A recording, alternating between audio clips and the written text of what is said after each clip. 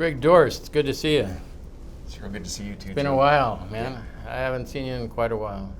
But I wanted to invite you here so that you could maybe you'll agree to give a presentation to our firm. Well, I'd be happy to. Competency is a subject that's really important in today's world, and something that obviously the State Bar wants you to learn about as well. So, well, one of the reasons I wanted you specifically is because you're considered to be an evaluator, a counselor, an expert witness in addictions and in treatment and in attorney wellness, as a matter of fact. And so I wanted to get you here so that you could really give the men and women here some insights as to what happens with competence and substance use disorders and that sort of thing, depression, anxiety, stresses, those sorts of things. You feel good about that? Yeah, I think that's pretty much what competency is about today. Of course, there are some aspects of competency that are statutory now.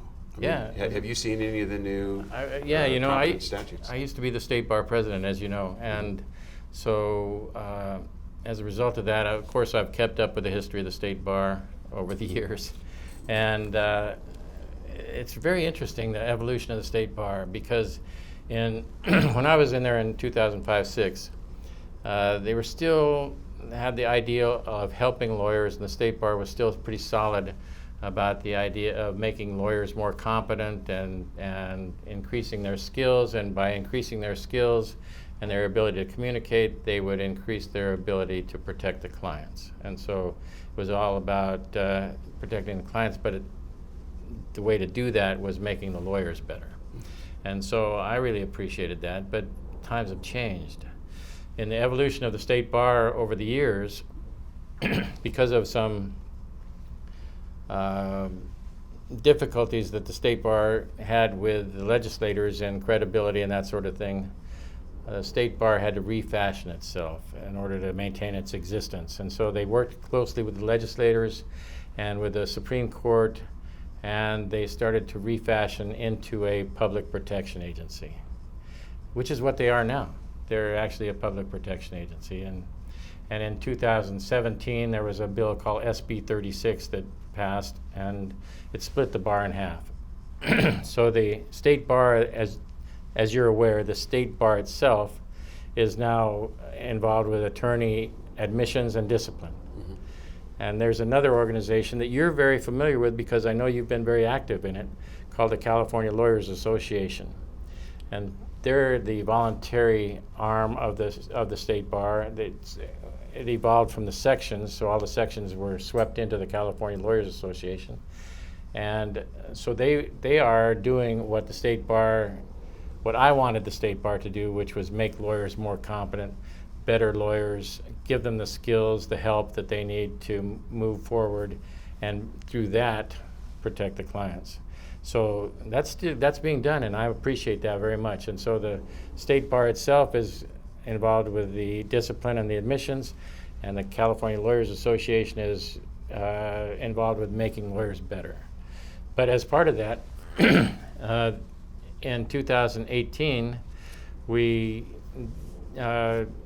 were studying all of these California rules of professional conduct, and so if anybody wants, they could get this Lawyers Mutual booklet on the State Bar rules, and this is really, really helpful. It has an index of the old rules versus the new rules, and it talks about the thing that we want to talk about, and it's one specific rule 1.1, which used to be 350-1, I think, that has to do with competence. Mm-hmm. And so the rule states, a lawyer shall not intentionally, recklessly, with gross negligence, or repeatedly fail to perform legal services with competence.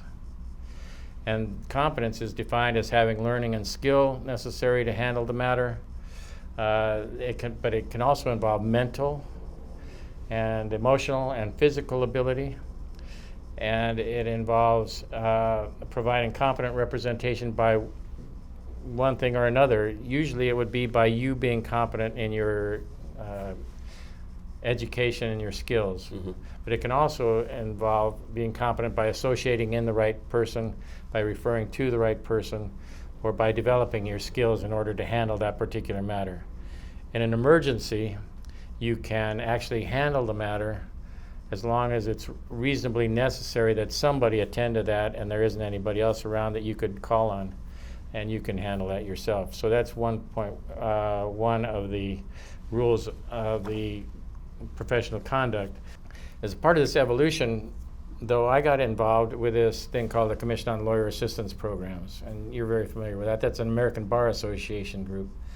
And I was an overseer of 9 states in the Western Coast to put together programs that had to do with lawyer assistance, having to do with substance use disorder and emotional issues, that sort of thing.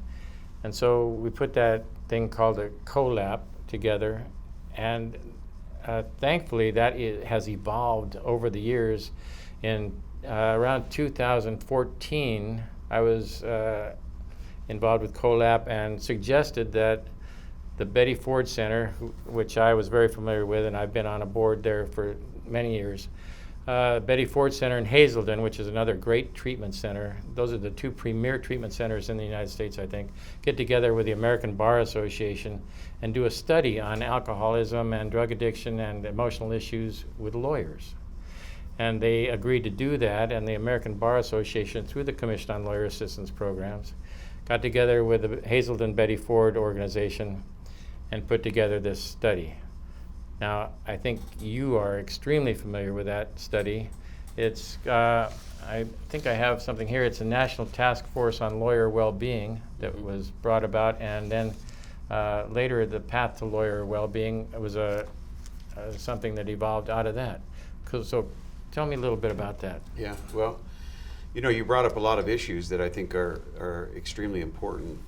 I think that the state bar functions in a much more efficient capacity now that it's split into the 2 sections. I don't know how you feel about that, but I like that. I think it's better, yeah. Because, you know, the California Lawyers Association, which is the section and individual side of the bifurcation, has in it some people who are really interested in overall lawyer well-being. So that's, you know, part of the equation of developing and maintaining competent lawyers. You know, you got the idea that lawyers need the education and the training and the skills necessary in order to be competent. I mean, that's a given. But you also need to be healthy. You need to be well. You need to have appropriate mental functions, not be compromised in any way by alcohol, drugs, mental illness, stress, anxiety, and all those other things that can intervene. That's really true. So what the California Lawyers Association did was start up a well-being committee, and I'm on that well-being committee, and I know you know that.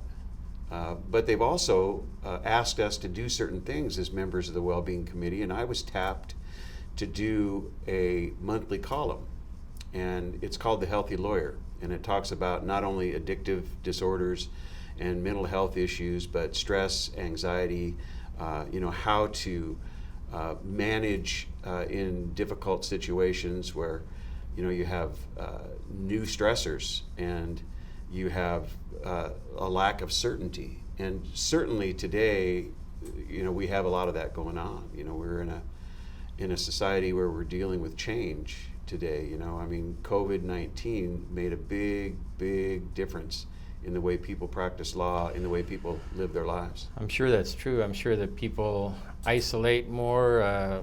I know that I'm stuck in the house, and there's no restaurants to go to or anything like that. And so with the pressures that are on, especially young lawyers, I would think, the COVID-19 puts them in a box, and it's really, how does it affect people? I'm just curious as to, you come into contact with people all the time. I don't see that, but I just worry about how it affects people. Well, let me tell you first what I used to see, because the study that you were talking about, the 2016 ABA Hazelden study, right, kind of gave us a baseline for what it is we were seeing in normal times. And that study was done with 12,825 lawyers, and they were licensed and employed lawyers, and they asked them a series of questions. They dealt with their social life, their personal life, their drinking habits, their drug use. They dealt with their anxiety and depression levels, and whether or not they had any mental health issues that needed to be disclosed or weeded out. And they compiled all of this information into this study. All right, so let me challenge you a little bit. Yeah. Was this study just for old men that have been in the firms for a long time, or was it for young people? Did you deal with law students? Did you deal with black, white, Asian, brown?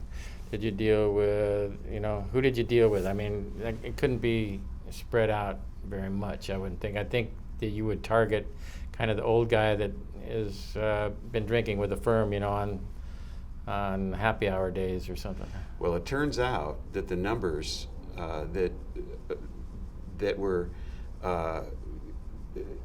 utilized in this study of people from different ethnicities, from different age groups, were similar to the numbers for overall lawyers who are practicing in the United States. So they had more men than women, but a close number, more men than women. We had in that study a sampling of each ethnicity and each, as far as we could, gender representation. So there were people in that study who were a perfect cross-section of who actually practices law in the United States, age-wise, gender-wise, and ethnicity. And so where does it fall? I mean, Well, where do the big hits fall? They separated them into age groups, and 1 year of practice to 10 years of practice had the highest level of alcoholism, drug addiction, depression, and anxiety. Young lawyers. The youngest lawyers, yeah. And the results were very interesting. They essentially found something that I knew because we had done a previous study in 1984, and we kind of thought that they'd track along the same lines. The Oregon study. The Oregon study. And we found that in this Hazelden study, we found that 21% of lawyers had problematic drinking, that 28% of lawyers practicing licensed, employed lawyers had issues with depression, major depression, and that if you broke down the categories of length of practice, you'd find a difference between some of these problems with lawyers who'd been practicing for the first 10 years. Now let me interrupt you a second. You said 21 and 28%. That's an amazing amount of people involved. Yeah, it's a huge number. I can't believe that. That'd be what is that? 1 in 5? 1 in every 5? Yeah, 1 in 5 people.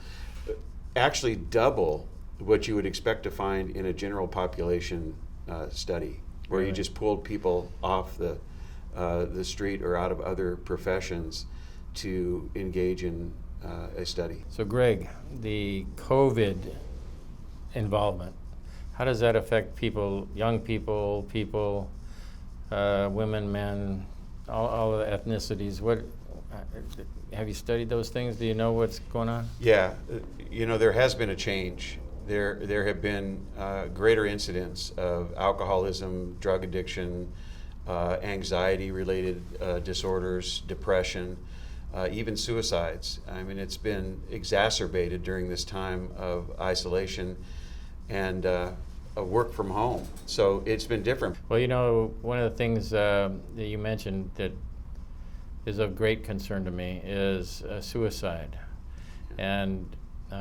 anxiety, depression leading to suicide. I had some things here I wanted to talk to you about because I found that they did a study in North Carolina, Charlotte, North Carolina, and the average age of suicide that they had there, and lawyers, we're talking about lawyers, was in their early 40s.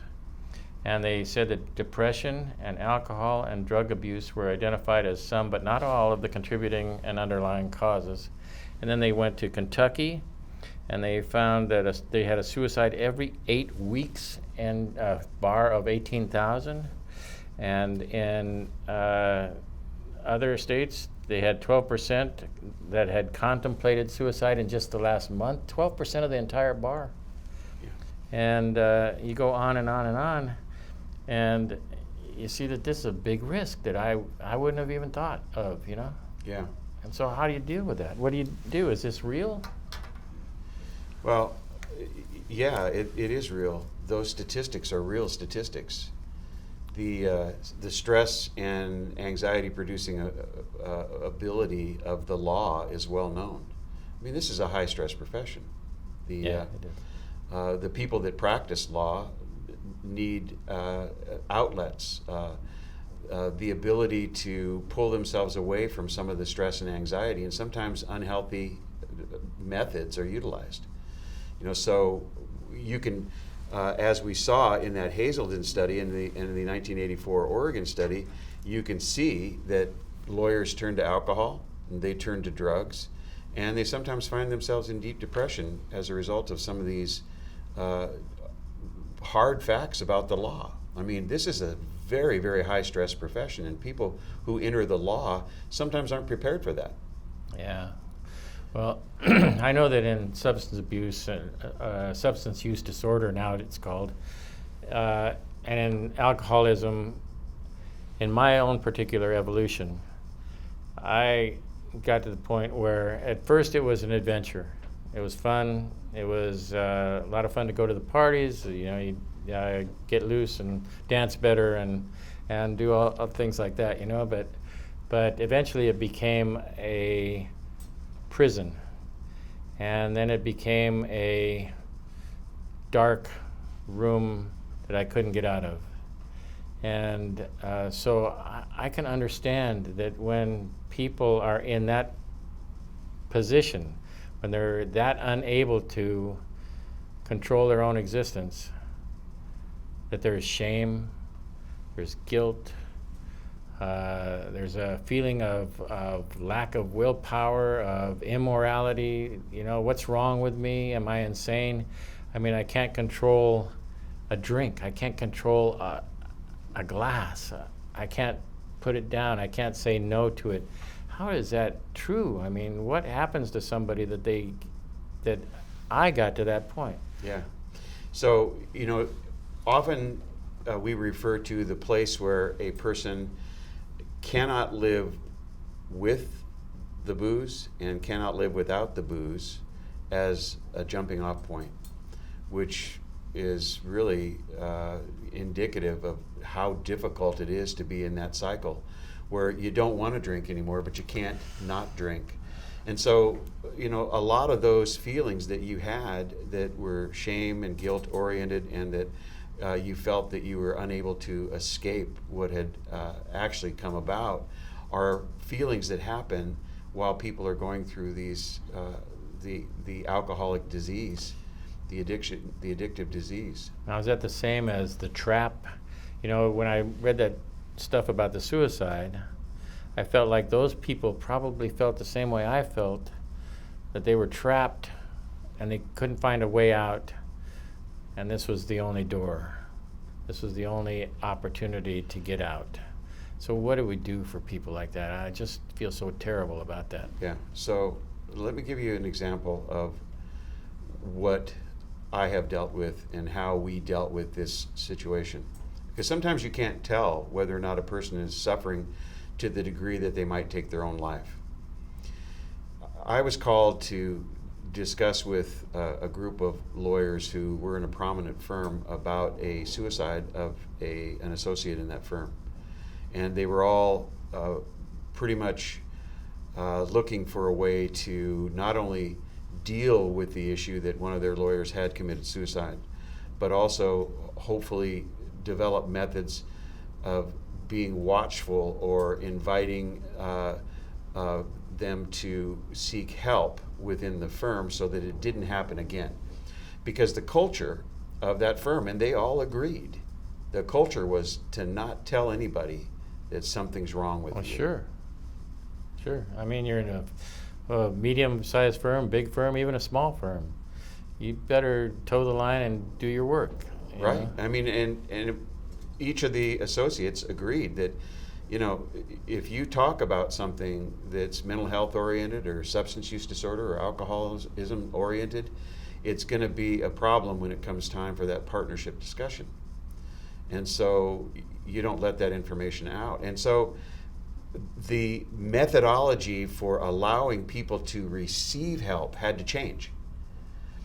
The opportunities for a helping hand in situations where people have reached that jumping off point had to be available somehow, and had to be available on a confidential basis. Yeah, that's important. Confidential would be important. I remember when I was trying to get sober at first, and I had, you brought this other bar brochure, and I appreciate that because the other bar meant a lot to me. I was trying to get sober and calling numbers of people that I heard could help, but I wasn't able to get in touch with those people, and I didn't get that help that I needed so badly.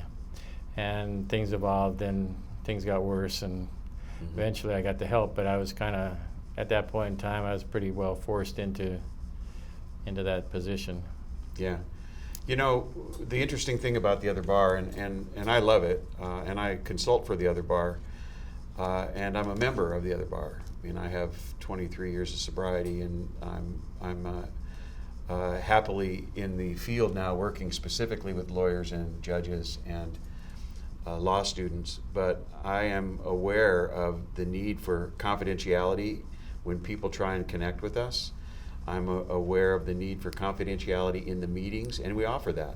And that's why I didn't leave my name with this person I called on the phone, because what happened was I got the person's father, and he said, well, John will be here, let me have him call you back. And this is an alcohol hotline, and I'm not going to leave my name and number with John's dad that I'm an alcoholic or I'm having problems with alcohol. I'm not going to tell anybody in the bar association.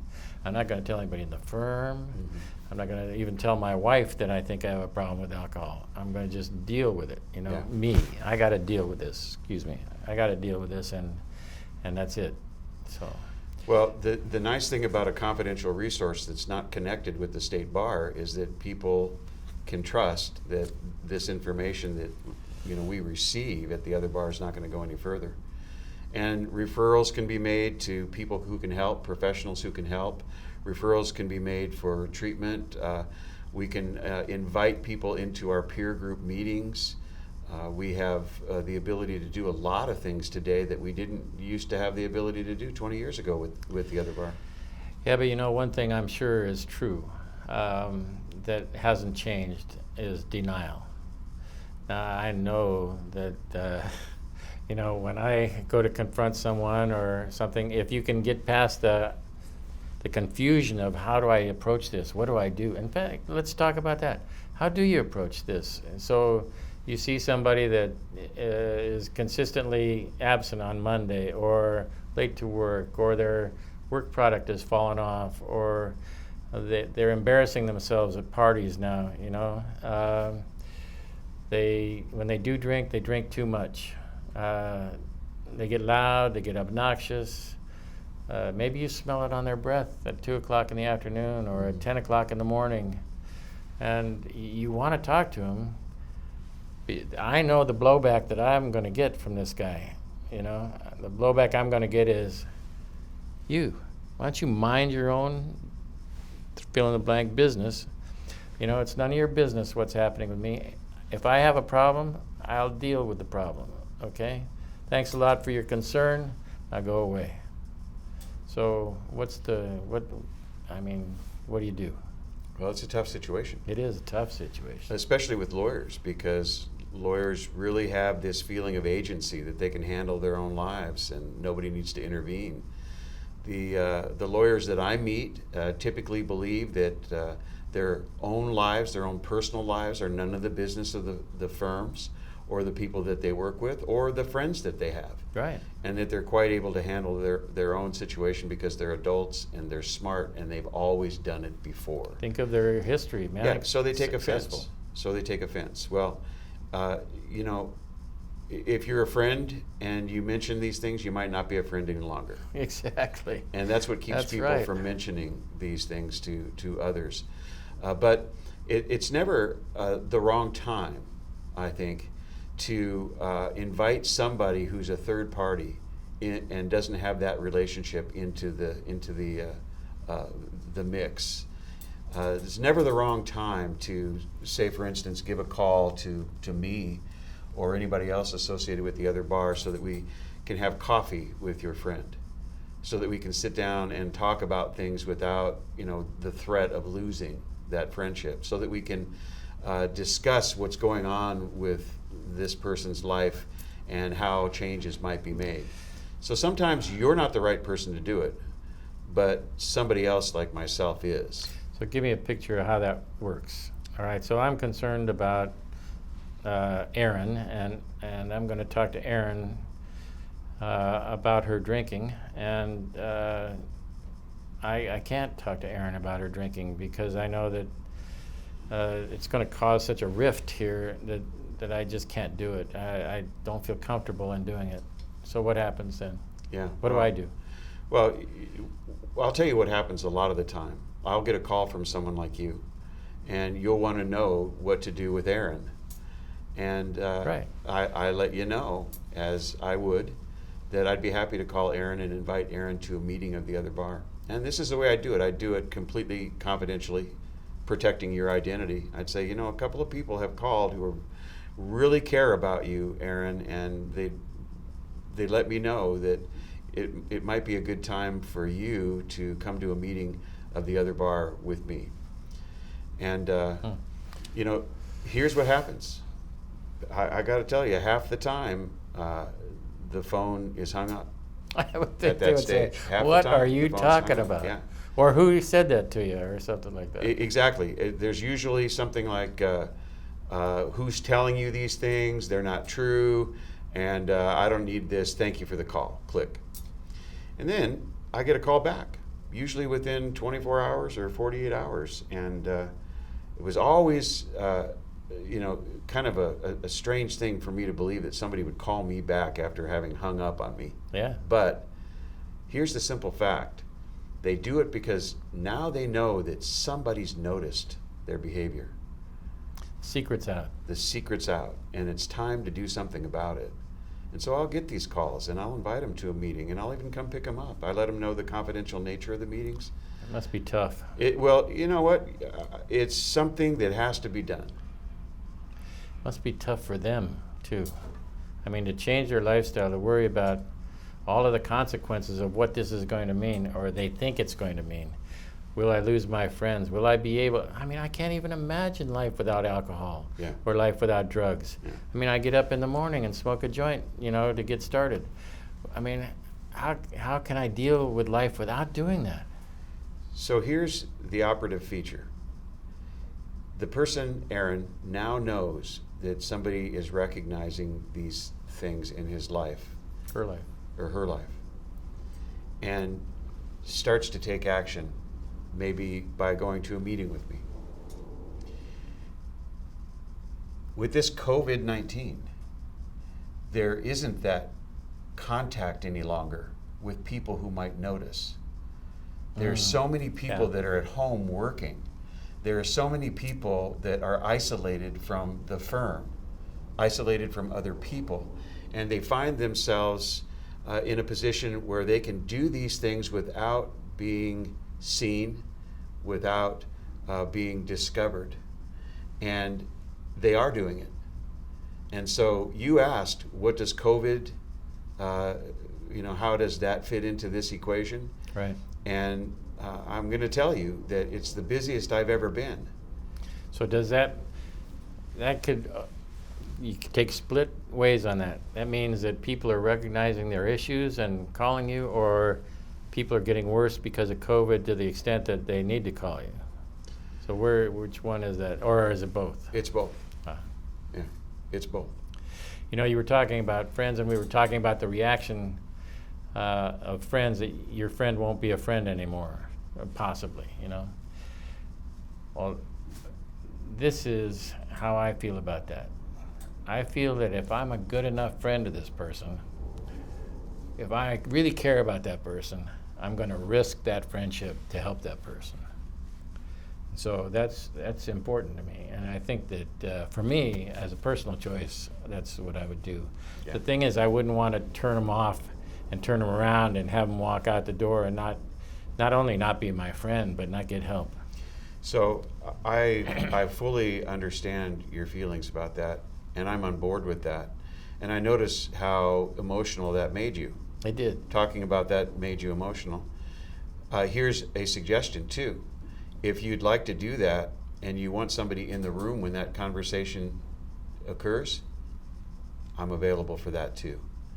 And what that'll do is allow you to show the caring and the compassion and the concern, and allow for a potential solution to be right on site. Okay. Listen, when you're looking at someone's drinking, I know that I've given presentations before and I get questions, and so I remember one question that I'd like you to address and see maybe if you would define alcoholism or drug addiction for us. And for example, this one person, an elderly, maybe not elderly, older gentleman, I can't say elderly anymore, an older gentleman was asking, well, he drinks about 3 or 4 glasses of wine per night. Is he an alcoholic? What's your answer to that? You're asking me that? Yeah. Yeah. Well, that's a common misconception, that counting your glasses of wine or your drinks Well, might... 4 drinks is a lot, isn't it? Well, it could be. It depends. There are a lot of factors that you have to plug into that equation, such as the size of the glass, the size of the person. You can have an awfully big glass. He wasn't a very big guy.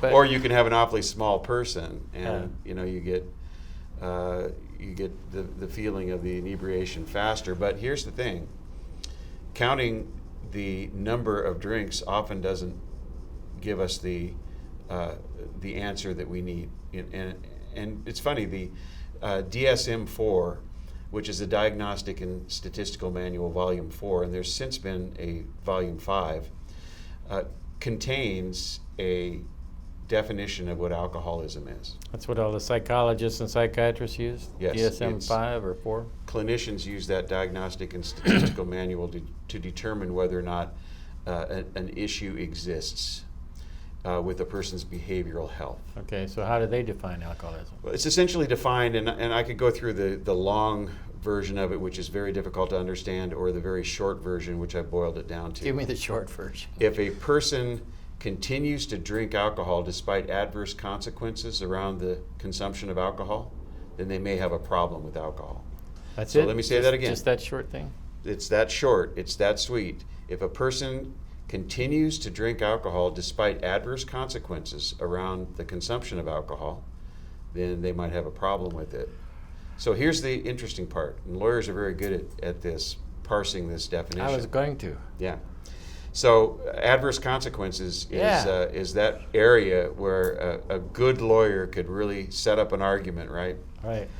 So you have to define adverse consequence. What is an adverse consequence? Well, it could be something as simple as a single DUI. Sure. Oftentimes people stop drinking as a result of getting a DUI. I mean, that's an adverse consequence. Look at financially how difficult that is, professionally how difficult it is. It causes problems because your driver's license is suspended for a State period bar of time. starts to look at you The state right bar, away. State bar starts to look at you. Perhaps a doctor tells you that your liver enzymes are elevated, and perhaps you may have issues with your liver down the road if you continue to drink, and your doctor points that out to you. I mean, that might be an adverse consequence, and that might be enough to get you to at least take a look at your drinking. Perhaps you get another DUI. I mean, if you get a second DUI, then you really have to take a close look. Now, do you say, well, now you're an alcoholic, you got a second DUI? Obviously, you didn't stop when you had adverse consequences. Absolutely not. No, this is a self-diagnosed disease, meaning this has to be your conclusion, Jim, if you're the person that got the DUIs. It's your conclusion if the doctor has determined that your liver enzymes are elevated. It's your conclusion to determine that the loss of your marriage and your family as a result of your drinking, the relationship has gone sour as a result of the things that you have been doing with alcohol or drugs, that you lost that last job because of drinking. Sure, you can think of so many adverse consequences that are really serious with drinking. Relationships with your kids, going south. Your divorce, your work status, the respect you get from the courts, all the different things that could be adverse consequences. There are a myriad of them. Yeah. Does it work the same way with drug addiction? I mean, is your definition the same? Yeah, exactly the same question can be asked. Are you still using drugs despite adverse consequences around using drugs? Whether they be street drugs or prescription drugs, illicit drugs, somebody else's prescription. If you are having adverse consequences around the use of those prescription or non-prescription drugs. Prescription too. Yeah. Oh, yeah, absolutely. Prescription drugs are a big contributor to dysfunction in the legal profession. Really? Yeah. Now, I have heard a lot about recently the opioid crisis. It's called. And so I don't know enough about that, frankly, to comment on it. And so is that really an issue now? Is it growing? Is it stable? What's happening with that? So what I can tell you is this, that when we have people come into our recovery processes, our peer support groups with the other bar, about 30% of those people have come in as a result of difficulties with opioid addiction, meaning they could have been prescribed pain pills for some issue that they legitimately had pain for. Yeah, of course. And sometime during that process, they became physically addicted. They could tell when they missed, one of the prescribed doses of the medication. They started to feel, the queasy feeling inside, the withdrawal symptoms that will occur as a result of missing that dose. So they had the physical effects, but worse than that, they started using it for the pain in their head, meaning whenever they were anxious or whenever they were depressed, they found that taking another one of those pills, or 2 or 3, made things a lot better. And so when they got to that point, what they were doing was not only feeding their physical addiction, but they were feeding their emotional and social addictions. And it made it very, very difficult for them, because at that juncture, they're using them not as prescribed. They are using them to a great degree for the wrong reasons. And addiction has probably occurred in a way that is going to require treatment. Oh, really? Yeah. Jim, any of these drugs, alcohol and any of the drugs that we have talked about, including benzodiazepines, which may come in the form of Valium, may come in the form of Ativan. Those are stress relievers, though. Xanax, which may be prescribed as well. Those drugs, those benzodiazepines, along with the drugs that we've already talked about, and cocaine and methamphetamine, can change a person's brain chemistry. Oh, yeah, I heard about brain chemistry. Well, it's really important to know, because it makes it much more difficult to release that drug when it starts to become problematic. I think it's important to know also for the addict, or the person, the subject, we'll call them, that there is a change in brain chemistry, because it explains why they feel so trapped, why they're totally incapable of keeping their promise not to use or drink or do whatever the behavior is that particular day. And I sincerely, you see that such a sincere oath of not going to use today, don't worry about it at all, I got this under control, I'm not going to use. For sure, I'm not going to use. And then they get loaded, and it's just like they're off to the races again. And I think brain chemistry, if I understand it correctly, gives an explanation of one of the reasons why that happens. Yeah. So you probably, even in your story, had times where you sincerely believed that you were going to stop, and you told people that you would never drink again. Oh, I would tell my wife that with I mean, cross my heart, hope to die. I'll never drink tonight. I swear to you, I won't drink tonight. I mean, I got it locked. And you did anyway. Oh, I did. Yeah, Yeah. absolutely. Couldn't avoid And it. you meant it when you said it. You weren't just Oh, trying to soothe to the moment. bottom of my soul. Yeah.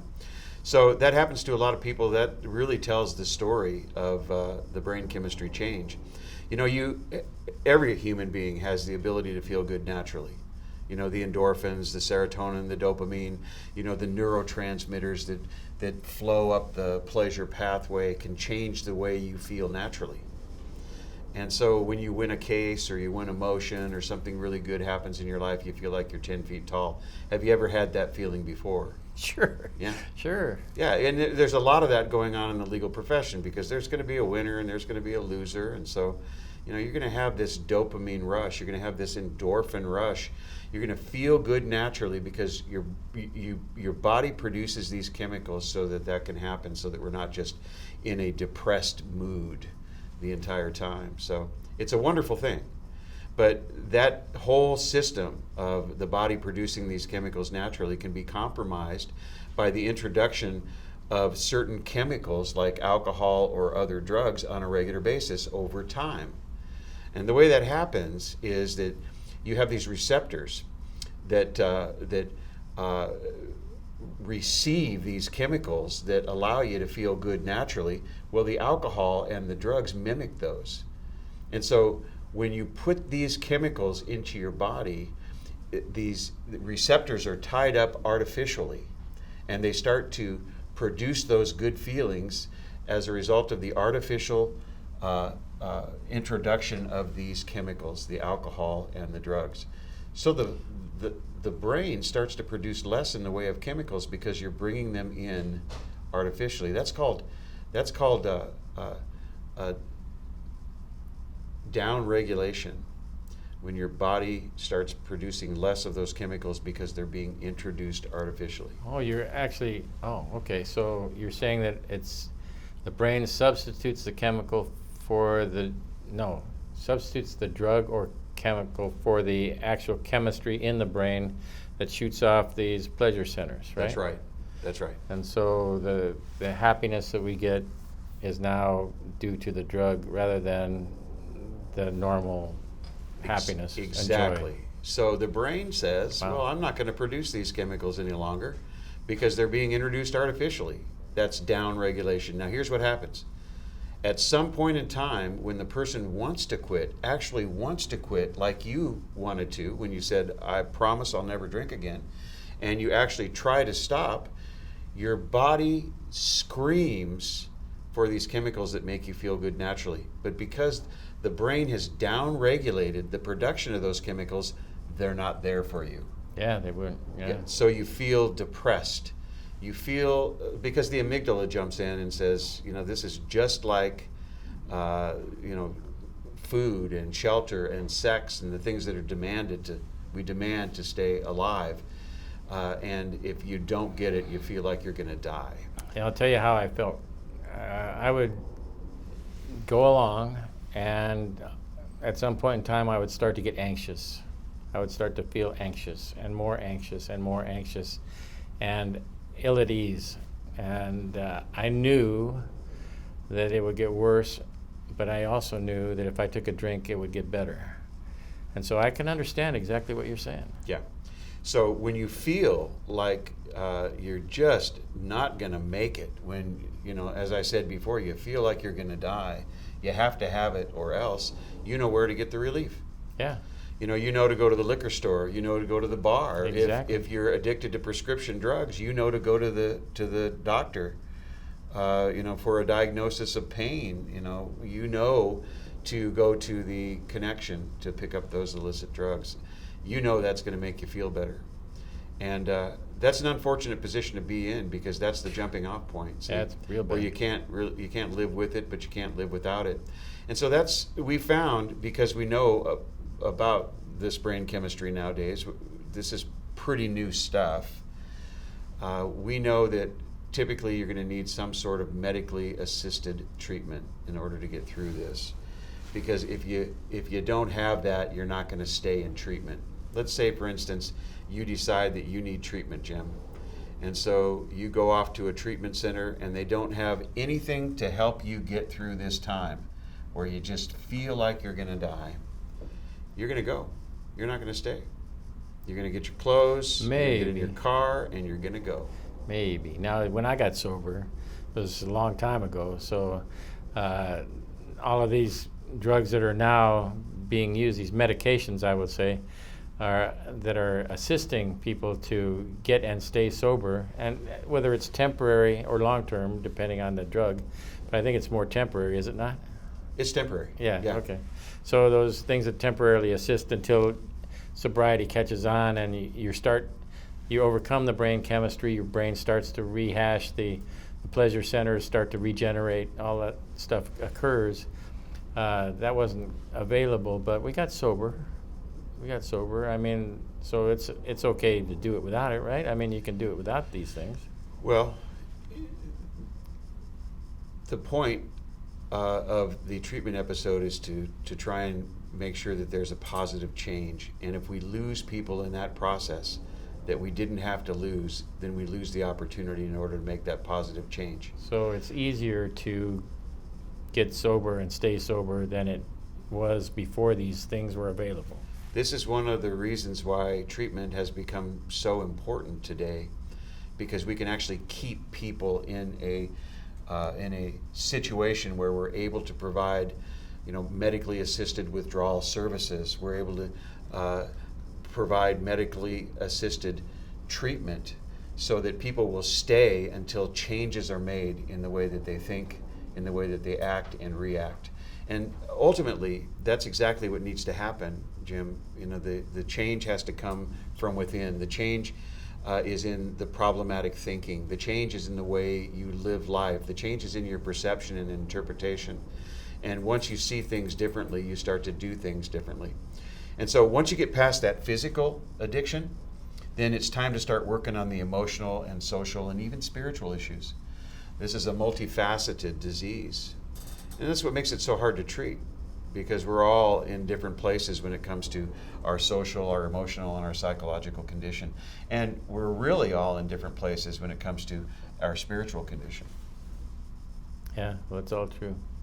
I wanted to ask you about firm approaches, like for example, we have noticed that a person is not there on Mondays, they're always ill on Mondays. Maybe smell the alcohol in their breath, like I said, about 10 o'clock in the morning. Production has fallen off. We get a call from the wife who says on Monday morning, hey, Bob is really sick today. He's got the flu. It's every Monday. He's got the flu. Every Monday he's got the flu. So he's got the flu, and I'm going to come in, though. The wife, the spouse, is going to come in and pick up Bob's work and take it home and do whatever else is necessary to make sure Bob's not in trouble. And this occurs more and more. And I've noticed that she is more and more involved in saving Bob. And, that's tough to watch her go through that. It's like tortuous. She seems so concerned about him, wants to save him so much from whatever he's doing, that she steps up and she takes it for him. Yeah, well, I see two things involved in that. I mean, there's something that needs to happen with regard to the lawyer's behavior. And certainly, he's practicing outside the bounds of the competency definition that you probably read there. Right. Something needs to be done. Yeah. But there's also a secondary issue, and that is that his wife is making excuses for him and making it, first of all, more difficult for him to find what might be a bottom, a place where he sees that adverse consequences are occurring. Where he comes to the realization that he can't get away with this, that his secret is out. He can't get away with it any longer, and we call that codependency. It's codependency. She is a codependent. She is taking action which will elongate the time in which he suffers from this addiction. She's making excuses for him. She is allowing him, enabling him, almost demanding that he continue the way he's been continuing. A person can get just as wrapped up in their own alcoholic as the alcoholic can get wrapped up in the alcohol. Yeah, she seems terribly confined to his situation, whatever it might be. You know, she's always giving excuses for him.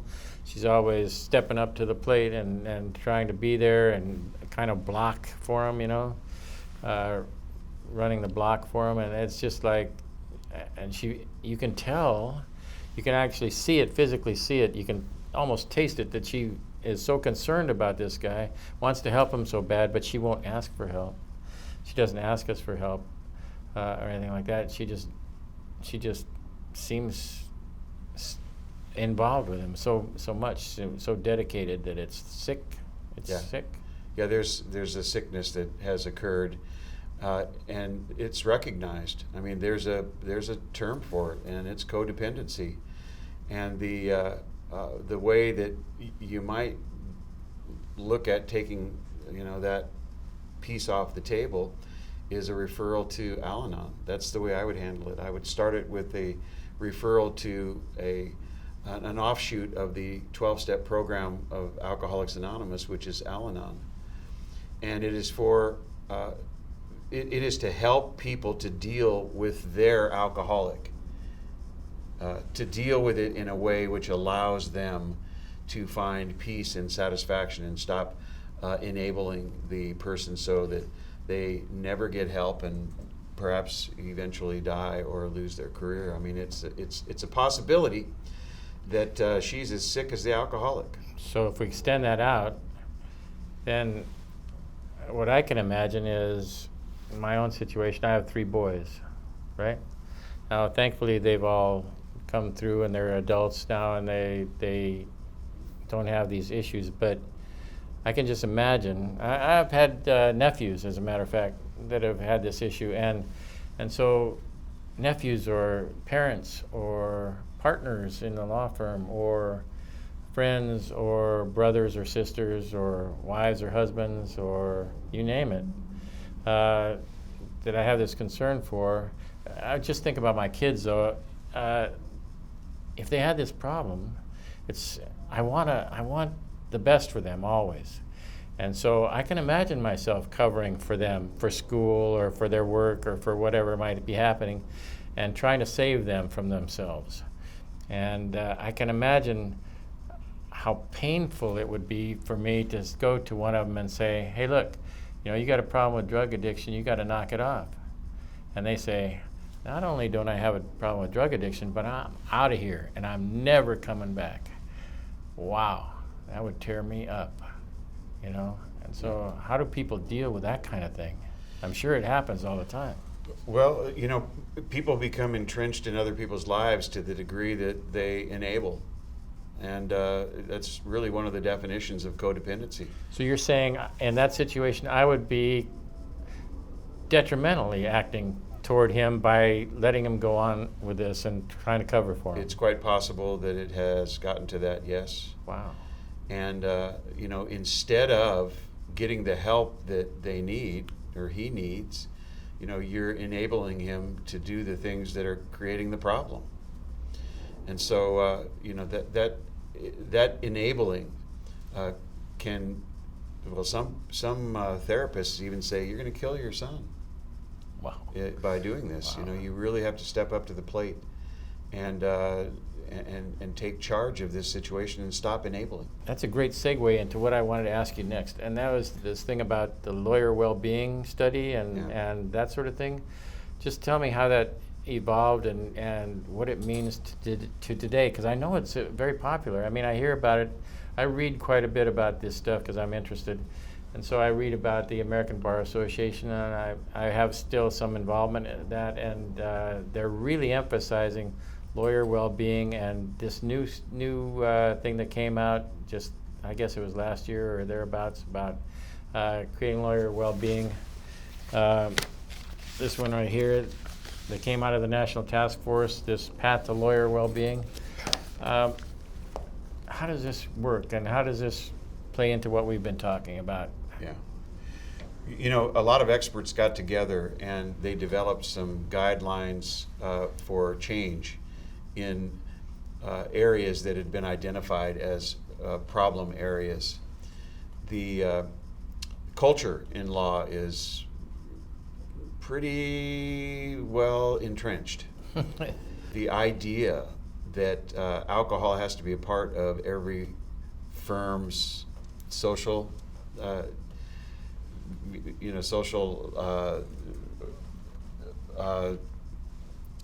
the idea that alcohol has to be a part of every social event Right. in the firm.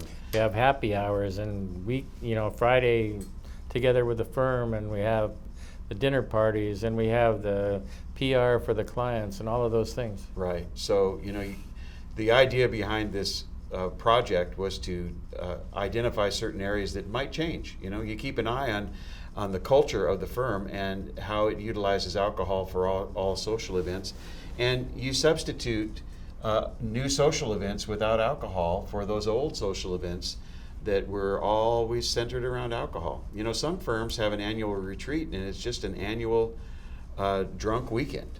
Yeah. And True. alcohol is involved from the start to the finish. And when they take a look at this well-being report and see what potential changes are offered, they make changes in the types of things that they do as a firm. Alcohol is no longer involved.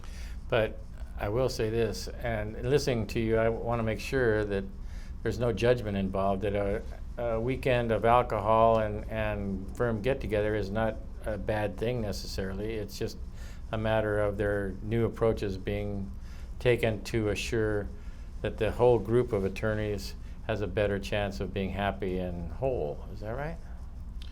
Well, yes, it's about developing a culture so that the lawyer can be healthier, not only healthy in mind, but healthy in body, healthy emotionally, healthy in relationships, to find a way to do things a little bit differently so that they can deal with the stresses without the problematic behavior of alcoholism or drug addiction, without the depression that may be incumbent upon them as a result of the stressors in the job. So this well-being report has a lot of ways to attack those issues. And So a lot of ideas, different ideas? A lot of ideas, a lot of excellent ideas as to how a firm or an individual might develop a new way of being. So we don't have to just reinvent the wheel. You don't. And I would recommend that people read the report and they identify things that they'd like to work on. You don't have to do it all at once. You may not want to do any of it, but at least know what the options are. At least see what we're looking at here. It's hard to be a lawyer because the job is so demanding. But it's even harder when you're not taking care of yourself physically, when you're addicted to drugs or you're addicted to alcohol, or you have a mental health issue. Then it's nearly impossible. And so the idea is that there are other things that are making it so difficult, and there are things that we can do to ease that stress. Yeah. So this well-being report is wonderful. It's also the genesis that fostered the well-being committees that are springing up, all over the United States. So we've talked a lot about some very dramatic things. We've talked about the opioid crisis and alcoholism and drug addiction and suicide and all kinds of terrible, terrible consequences of being in this very dark and lonely room, isolating. And so I'm sure that there are resources out there that we can provide to our viewers. And so absolutely. And there will be a resource slide, a page at the end of this where you can take a look at the various websites we can refer you to, including a place where you can find treatment for any of the addictive disorders we've talked about just by putting in your zip code or your address, and all of the treatment centers that are licensed and certified throughout that particular area will come up on the screen for you. It's a good way of getting started. Now, those resources include the Other Bar, the Lawyer Assistance Program of the State of California, the Lawyer Assistance Program of the American Bar Association, suicide hotlines, and some other things. Yeah, there'll be 12-step programs in that as well, Alcoholics Anonymous in particular, and the National Institute of Health, as well as SAMHSA, which is the Substance Abuse and Mental Health Services Administration, which is the largest arm of the government for funding these types of programs. Okay, so if people want to contact you, they'll just call Greg Dorst at the 800 number? Right. And so that 800 number is on the screen. It's 800-222-0767. Yes. And they can also call me at any time, Jim Heiting, at the office would be just fine, 951-682-6400. They don't need to be worried about breaking my anonymity or anything like that. They can call and still be anonymous. I know they can call you and be anonymous and confidential, and that's your expectation of how things will go. But sometimes people, if they call me, they won't feel that way. But I guarantee you that if they call and they're anonymous, that's just fine. It is. And you know what the beauty of that is that, you know, I passed the bar in 1984, and I know you passed the bar before that, I think 1976. And so we know what it's like to have practiced law. We know what it's like to have endured the stresses. We know what it's like to have used and abused alcohol and to have needed help in that respect. And so we recognize it in other people. We're compassionate and caring, and we understand. And so oftentimes it's easy for lawyers to talk to me. I know that it's easy for lawyers to talk to you. So I'm always open for a call. It reminds me of that situation where the guy has fallen into a hole, and the priest comes by, and the guy calls to the priest and says, "Help me out of this hole, help me out of this hole." And the priest doesn't know how to help him out of the hole, and so he continues to walk on. The doctor comes by, and this guy calls up to the doctor, a very well-educated man, "Help me out of this hole, help me out of this hole." The doctor doesn't know how to help him out of the hole, so he just keeps on going. And the alcoholic comes by, or the guy comes by, and just a common man, and he says, "Help me out of this hole, help me out of the hole." And the guy starts climbing down in the hole. He said, "What are you doing climbing down into this hole with me, man? We need to get out." He says, "I've been here before, I know the way out." That's what these treatment programs are all about, these associations. Pretty good. Yeah, we've experienced it. We have a way of being able to express it and lead the way. Right. Yeah. We've sure been happy to be here with you. We believe in this, as you can tell, and are very strong supporters of anything you can do to make yourself or others healthy. Just give us a call. We appreciate it. Yeah. Thank you.